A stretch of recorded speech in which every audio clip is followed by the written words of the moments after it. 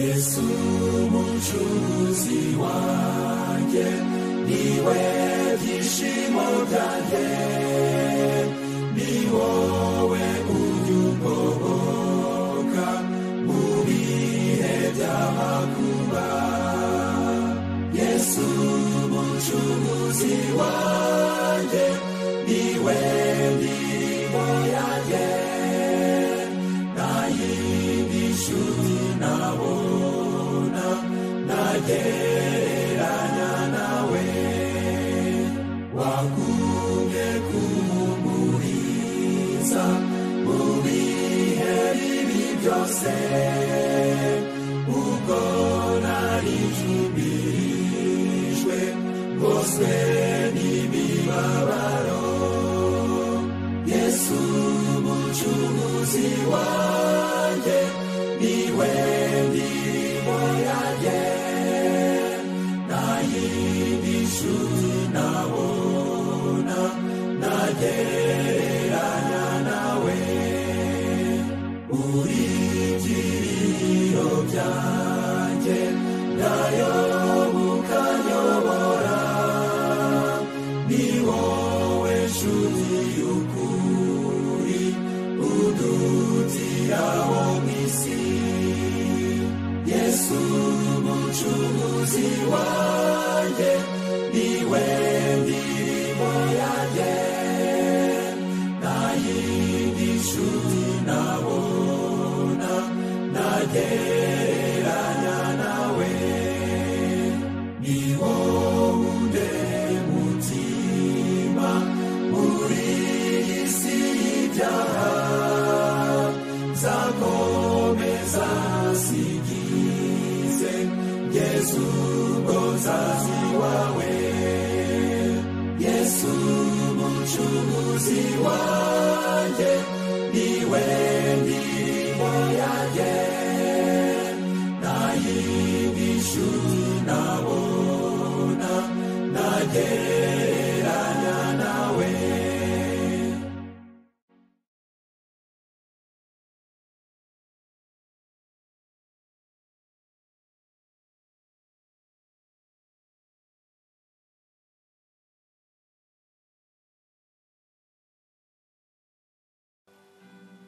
igitondo cyiza bene data ndabaramukije mu izina rya Yesu ngo n'amahoro bya Kristo bibane n'umuntu wese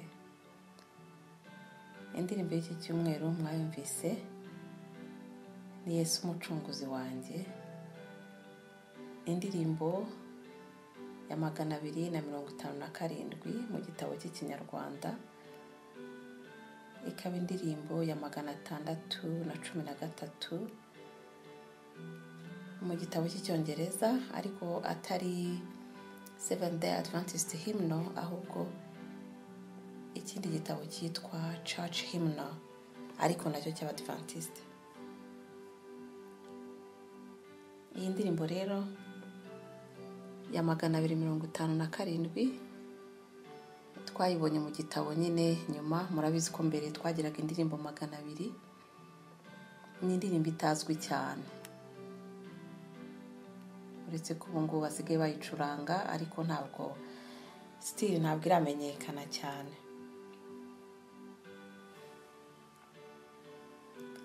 njye namenye indirimbo nkiri muto hari umuvandimwe nari mfite wigaga muri Uganda yajyaga aza muri vacances akatwigisha indirimbo z'Imana ndabyibuka rero indirimbo nayo ubwo nayibonaga nkumva n'ijwi ryayo nahise mbyibuka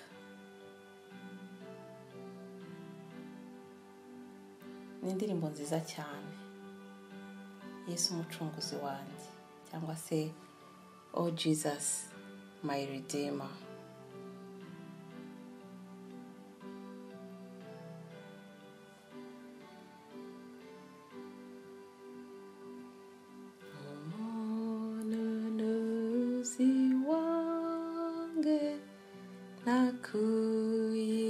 nakuimbangaka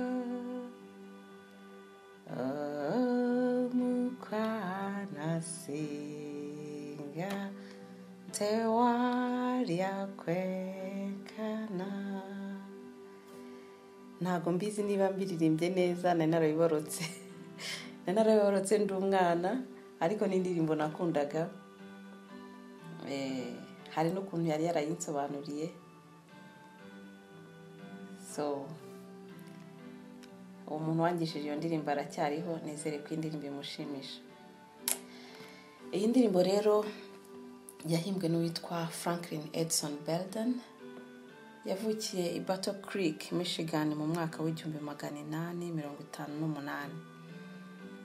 Yari imfura mu bana batanu ba Stephen na Sarah Hammond Belden, mukuru wa sister Ellen Hammond White, dukunda kwita Ellen G. White. Yatangiye kwandika indirimbo akiri muto nyuma y'uko iwabo bimukira hitwa California. Yaje kwimukira hitwa Colorado kubera impamvu z'uburwayi, hanyuma aza kugaruka i Battle Creek n'umugore we mu ntangiriro z'umwaka w'1880, ndetse yahise yinjira mu murimo wo kwandika ibitabo w'itorero ry'Abadventiste umunsi wa karindwi. F.E. Belden yanditse injyana nyinshi z'indirimbo zo mu bitabo ndetse n'izindi ndirimbo zo guhimbaza Imana zo mu buzima bwo hambere bw'itorero ry'Abadventiste. Muzasanga mu bitabo bye cyane, muzasanga mu bitabo by'indirimbo hagiye handitsemo ngo F.E. Belden. Indirimbo nyinshi cyane niwe wagiye azandika cyangwa se agakora tune yazo.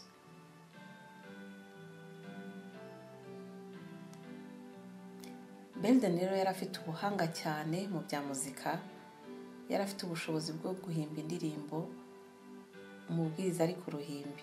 Ikibwirizwa cye cyarangira agahita aririmba ya ndirimbo.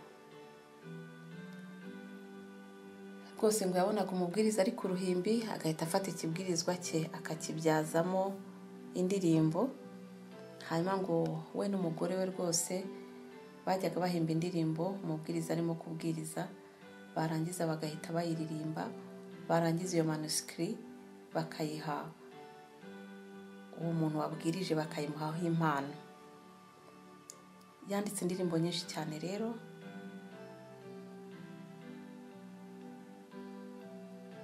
zirimo n'indirimbo Yesu umucunguzi wanjye. Iyi ndirimbo yayishyize ahagaragara mu mwaka w'1941.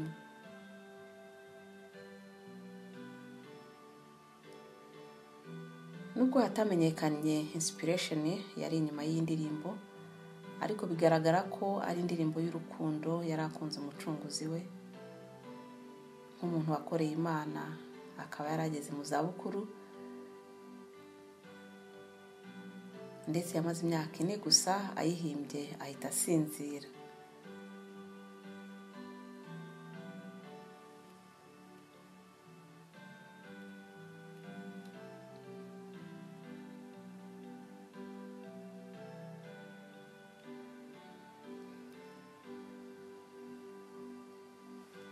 Ntabwo rero ari Belden wenyine, natwe turi abahamya bo guhamya urukundo, uburinzi, umurava byo waducunguje amaraso ye. Atwitaho ko bukeye nuko bwije, atugenera ibidutunga umubiri n'umutima, adukiza indwara n'urupfu rudutunguye, kandi nta kindi abikorera nuko ari inshuti yacu, umucunguzi wacu. Yifuza ko ahari natwe twabayo, ariko akabona tutari tayari kuhaba, bityo agahora duha andi mahirwe yo kubaho ngo twihane, maze nawe aduha ubugingo buhoraho yasezeraniye abamukunda.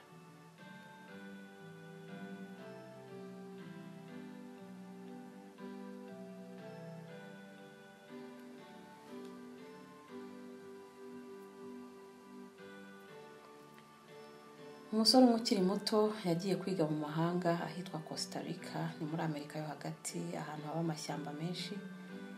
1/4 cyaho ni amashyamba gusa, ndetse amwe y'inzitane y'abamenyamaswa zo mu gasozi. Costa Rica ikora ku myaro y'ibirwa bya Caraïbe na Pacifique, ni igihugu gikungahaye ku bukerarugendo ndetse gifite n'ibirunga biruka. Uyu mwana rero agezeyo yarashamadutse ashaka kureba ibyo byose, nuko ngo ku isabato nyuma ya saa sita hamwe n'abashuti be bamanuka umusozi uhanamye bashaka kureba iby'ikirunga cyarutse, ngo byabaga birimo kwikaraga nk'uruziga. Uko bagendaga begereye iyo crater baje gusanga bageze kure, maze ngo ikirere gihita gihinduka, umuyaga utangira guhuha n'imvura iratonyanga, batangira kugira ubwoba no gusubira iyo bavuye.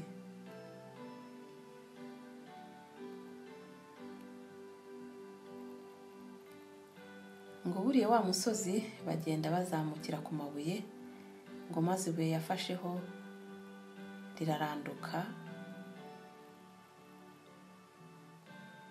niyo twabyita kuranduka cyangwa gushiguka sinzi. Ibuye yafasheho riva mu mwanya waryo, maze ngo afunga amaso azi ko agiye kwikubita muri bya bintu by'ikirunga bishyushye agahita apfa. Ngo ariko ubwo yibaranguraga yagiye kumva yumva umuntu aramusunitse n'imbaraga nyinshi, ngo aragenda agwa ku rundi ruhande rw'umusozi. Ngo yaketse ko ari umwe mu nshuti ze bari kumwe waba ubikoze, ngo ariko inshuti ye yari imwegereye yayibonye nko muri metero 4 n'igice. Yaravuze ati nta gushidikanya, ni ukuboko k'Uhoraho kunsunitse kunkiza urupfu rwa none. Ati kandi nanjye nta kindi nzakora uretse kogeza izina rye.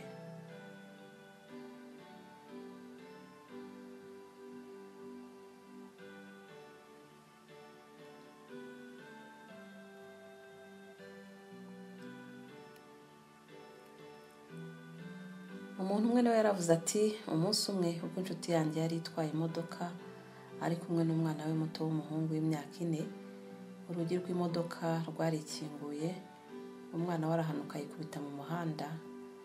Ngo nta kindi yabonye uretse amapine y'imodoka yihutaga cyane yari hejuru y'umwana we. Ngo yavugije induru ati Yesu we! Akibona amahirwe yo guhagarika imodoka yahise yiruka ajya kureba umwana we, maze atangazwa no gusanga ari muzima. Nta cyamukozeho, ngo ariko wari ugiye kugonga uwo mwana yari yabaye nk'umusazi yataye ubwenge. Nuko ise w'umwana aragenda aramuhumuriza ati humura, umwana ntacyo yabaye, shima Imana ko yakubashishije gufata feri ku gihe. Nuko umushoferi aramusubiza ati njye nta feri nigeze nkoraho, sinzi uko imodoka yahagaze.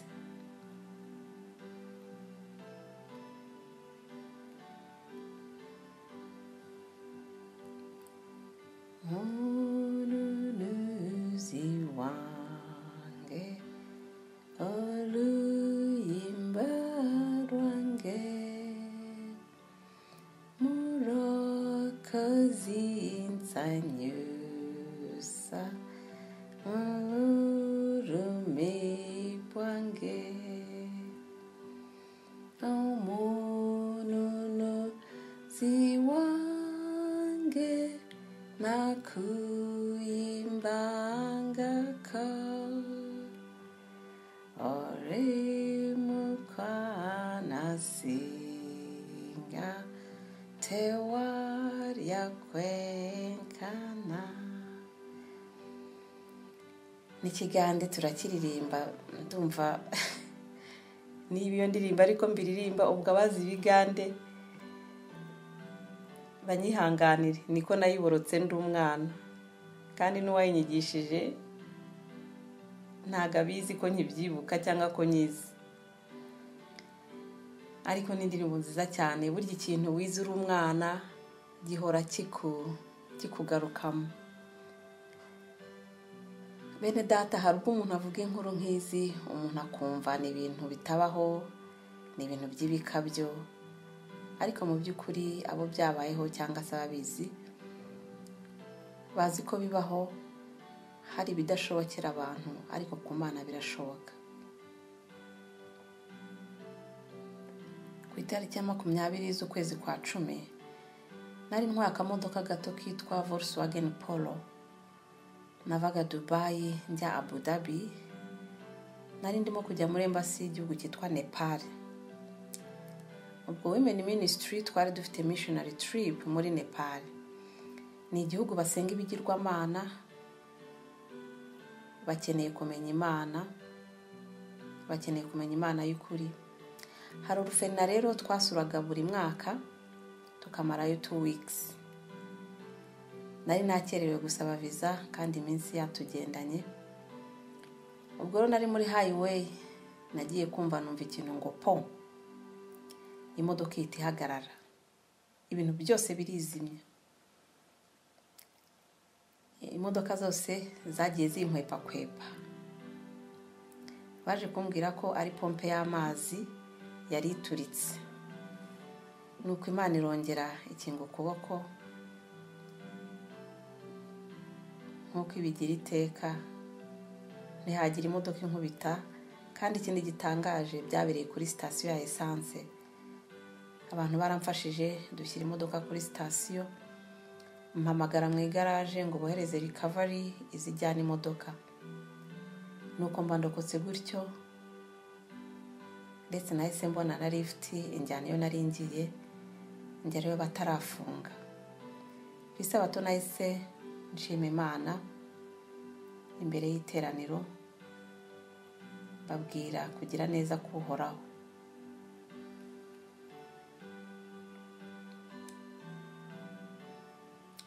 Rero Imana itegeka ibaho byose, nta na kimwe kibahita byemeye. Si ukuvuga ko abapfa buri munsi bo itabakunda, ariko mu ntekerezo zipfuye za kimuntu ntekereza ko Imana ari imenya ibihishwe kandi imenya niba umuntu agomba kugenda cyangwa se niba yabaretse. Jewe rero n'abandi nzi cyangwa ntazi, Imana ihora irokora no kugira ngo twihane tutazarimbuka. Ko iyo umuntu apfuye dosiye ye ijya ku ruhande.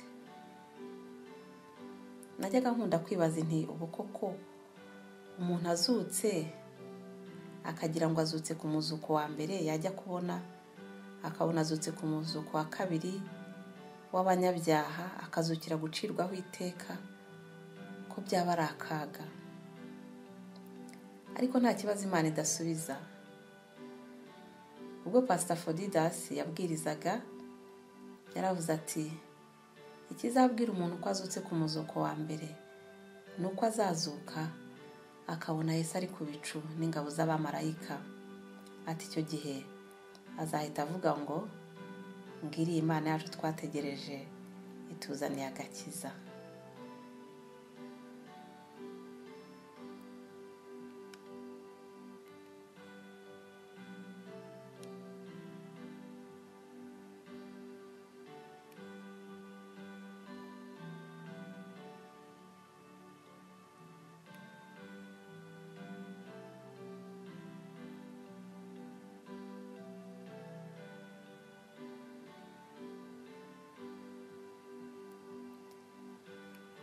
Amateka ya Yesu umucunguzi wanjye nahagarukiye.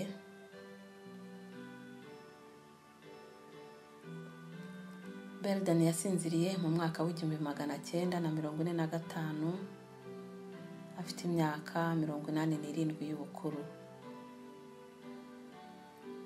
Ibihangano bye ubishatse wabisanga muri library ya Andrews University muri Berrien Spring, Michigan.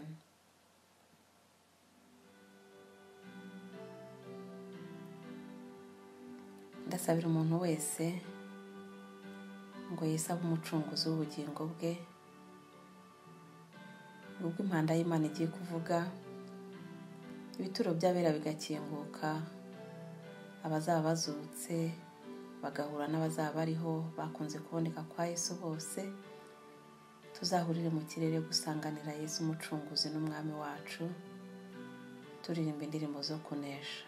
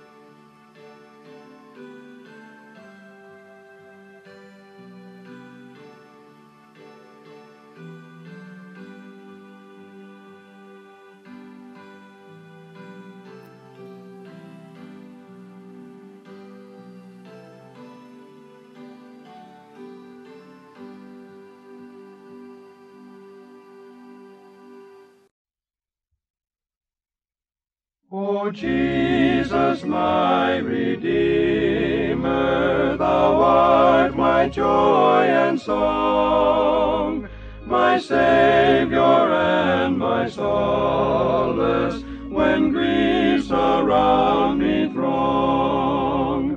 O Jesus, my Redeemer, my song shall be of thee. No other friend so constant, no friend so dear to me.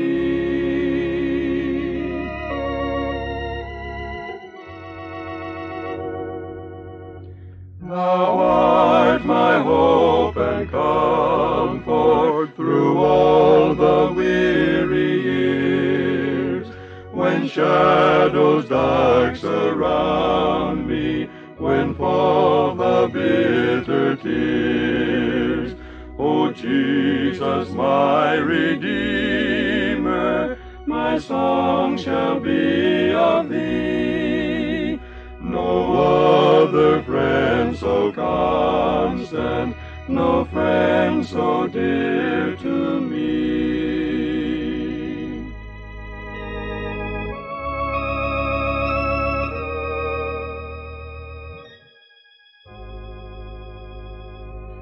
My song and my rejoicing while in this world of sin, my song and my rejoicing, the heavenly gates within.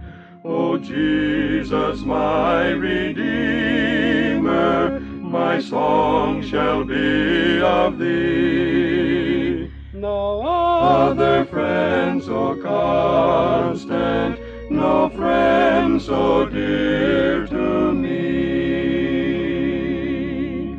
No other friend so constant, no friend so dear.